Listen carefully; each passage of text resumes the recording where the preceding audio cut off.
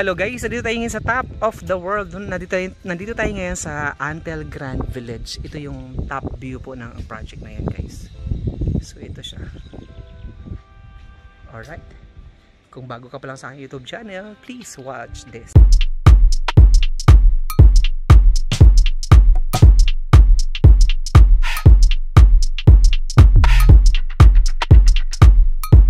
Guys, nandito tayo ngayon sa rooftop na isang kliyente natin. Nandito ako ngayon sa Grand Catalina ng Antel Grand Village.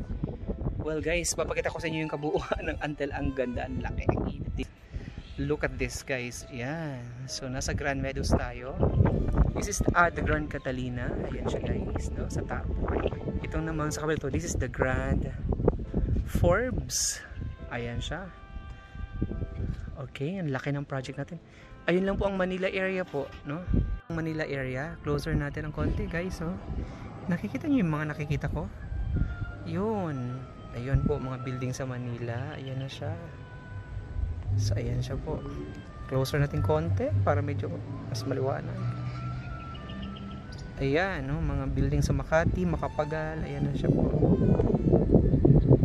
Ayan, alright.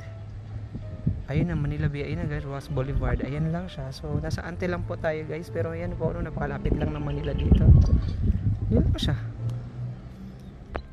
Anyway, so nandito tayo sa Grand Meadows, sa Antel Grand Village. Pero ang ganda ng opportunity na ito, no? Alam mo, itong bahay na ito, ginagawa to ng sariling design.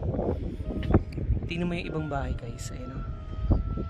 Wow, ang ganda. Okay, once you dito tayo ngayon sa taas ng Antel Grand Village. So ganito din po ang magiging anyana natin, no, later on.